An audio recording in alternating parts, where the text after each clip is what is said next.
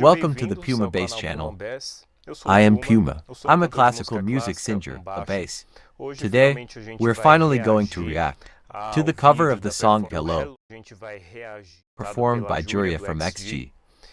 She has been closely following the same evolution that Chiza has been experiencing. Both have grown significantly during this international tour.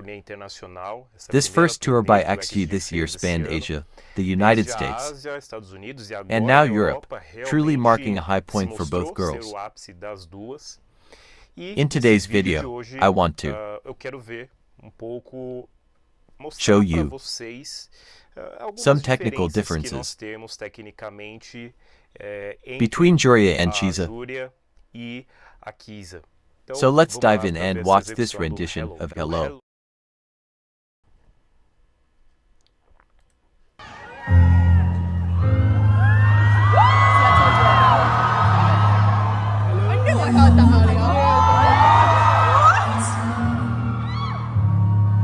I was wondering if after all these years still left me. Here is quite a low register for her. Very low notes. At this point, I think this might be her limit. She's probably only 1 to 3 notes above her lowest range. And it's impressive how she delivers each note so accurately, in tune, stable, and most importantly, with this vibrato technique, which is unique. It's a vibrato produced more with the glottis, and it's very difficult to execute. I'm amazed. Such a young girl, Juria, just 20 years old. Congratulations to Juria. And her voice is still developing. Our voices typically mature fully after the age of 25. So we're going to see a lot more evolution from these girls in the coming years. And they're truly young. The oldest is just 22 years old. To go over everything. They say the time's supposed to heal you, but I ain't done much healing. Hello, can you hear? I'm in California dreaming about who we used to be when we were younger and free. I've forgotten how I felt before the world fell at our feet. There's such a difference. And here, she raises her voice a little higher. She transitioned into this resonance register, a slightly higher one, and you can notice the difference. But just like Chiza does, she transitions with complete ease. I can still notice it, especially with headphones.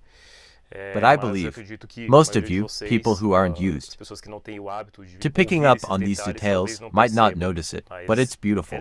And it's great that nobody notices, because really, the goal is for the singer to transition between resonance registers, what we call registers, and move between them seamlessly, adding ornamentation, a different color to the melody, a unique interpretation, expressing it in a way that feels natural, unnoticed, without the listener consciously realizing what's happening. You just hear that full sound, and unless you know what to listen for, you might not even notice these details. As I mentioned in Chiza's video, to truly pinpoint where they are technically, you'd need to hear them without any equipment. No microphone, no instruments singing live right in front of you. That's the only way to analyze correctly, but based on what the recordings allow us to hear. By the way, don't forget to subscribe to Kayla's channel. Our friend, our Alpha, who's also in Europe, managed to bring us these videos. All 3 videos are linked in the description. So make sure to check them out, subscribe, follow, and show your support. And that's all for now. About her, let's continue. Between us and a million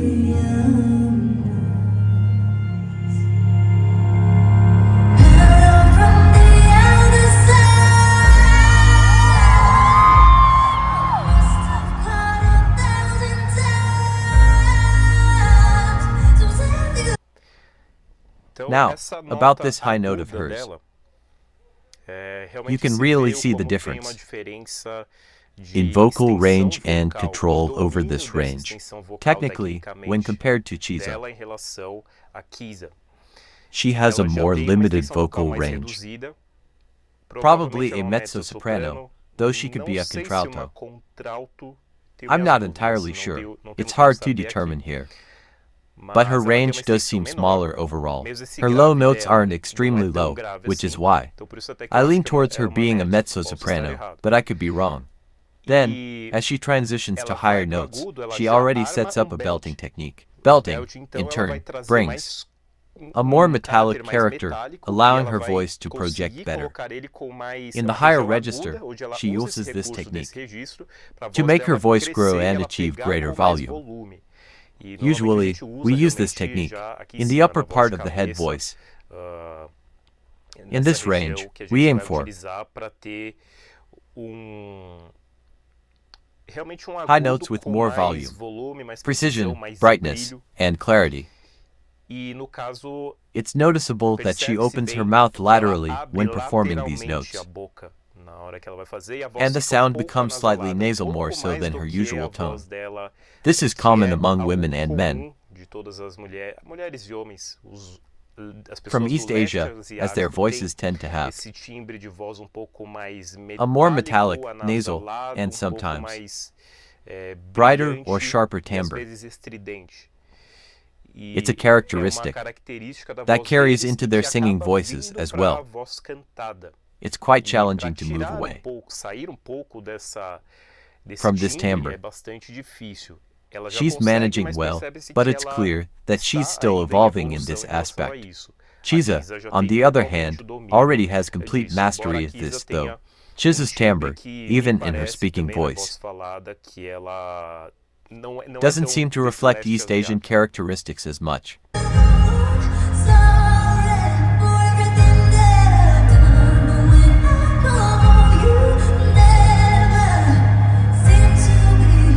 Take a look.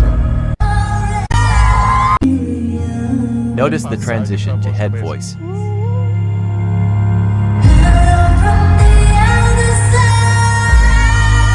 Here's the chest voice, the belting, the lateral opening. She shifts seamlessly from head voice back to chest voice, without noticeable transitions to faltering.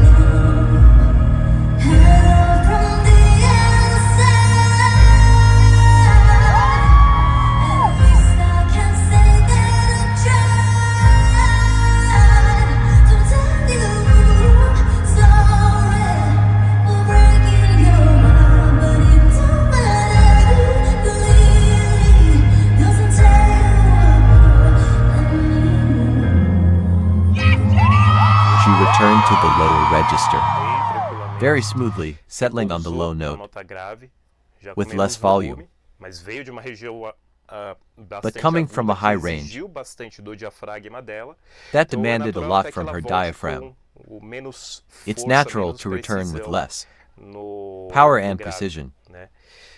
She ended up in the lower register, throwing that belting up top, transitioning smoothly into head voice, and possibly even touching falsetto, though I didn't detect any breathiness.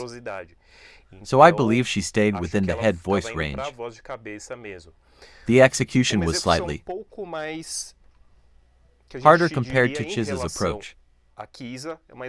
This rendition of the chorus was almost flawless, though I feel it might benefit from a touch more variation. Perhaps some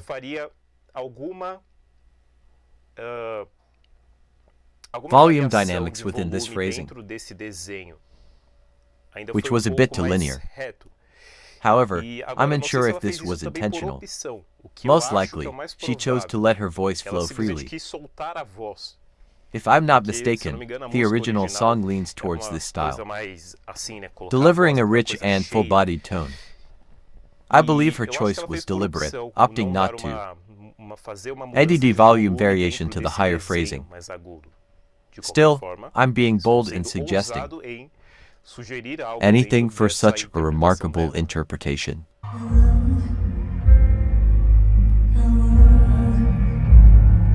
It's so typical of me to talk about myself, so I hope that you will.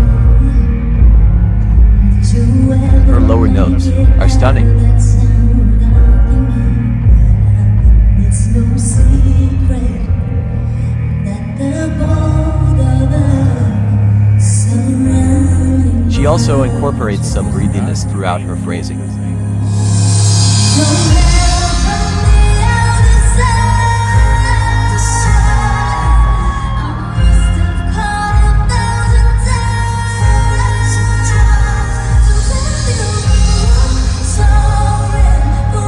What I meant by hard is evident in this phrasing, as she performed it similarly to my description, with a more linear approach. But I believe this was, in fact, intentional. It could have been an interpretive choice, as she wanted to let her voice soar freely, as it's enjoyable to do so. Alternatively, it might also be because the range is very high, and she's already in a belting mode, where she needs to maintain her voice at full power. If she's in belting mode, she's already utilizing this technique to open up her resonance and ease the note production. So, there are these two possibilities. Either way, it's still beautiful.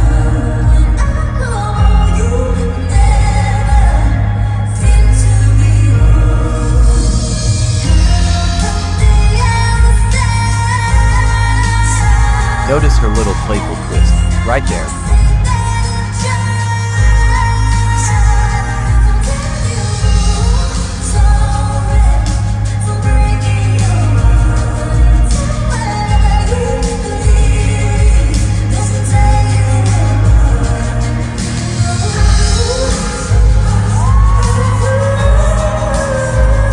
Falsetto. Quite a high note for her. Here, the breathiness of her falsetto is very noticeable, along with her natural, metallic vocal tone.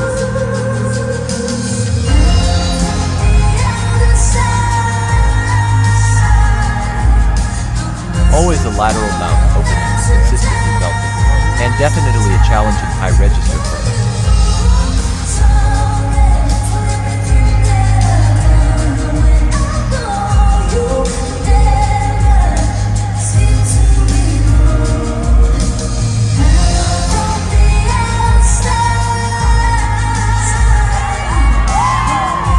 What an impressive charisma. And she incorporates vibrato into it.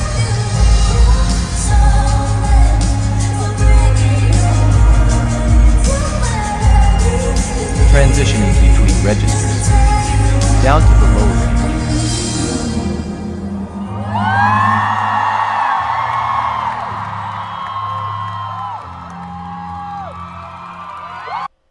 range. This is truly a complex song, demanding significant vocal strength for her voice. And she delivered. She gave exactly what was needed, and this is something I meant to mention in the previous video about Jpop, but I forgot. This applies to her as well.